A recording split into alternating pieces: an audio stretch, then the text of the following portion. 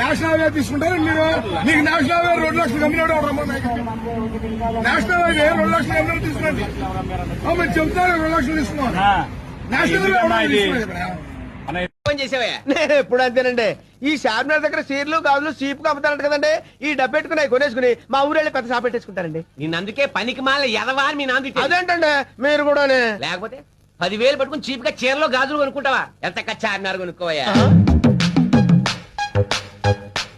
ఇది కొనుక్కొని నన్నేం చేసుకోమంటారండి? దర్జాగా దాని ముందు కుర్చీ వేసి కూర్చో.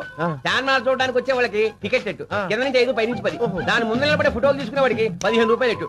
డబ్బే డబ్బు. అంతేకాదు సినిమాలో పోలీస్ ఆఫీసర్స్ ఇలా ఎరగదీసే సీన్స్ అన్ని ఇక్కడే షూటింగ్ చేస్తారు.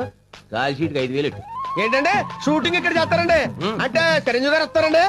సరేంటయ్యా, ఇక్కడ షూటింగ్ చేసుకుంటానని బతిమాలుకుంటాను నేను. ఏంటి ఏంటి నన్ను బతిలాడతారా? చిరంజీవి గారు నన్ను బతిలాడతారా? అయ్యి బాబాయ్ బాబాయ్ బాబాయ్, నేను చాలా లక్కీ పిల్లనండి. అవును, ఇది ఎవరి దగ్గర కొనాలండి?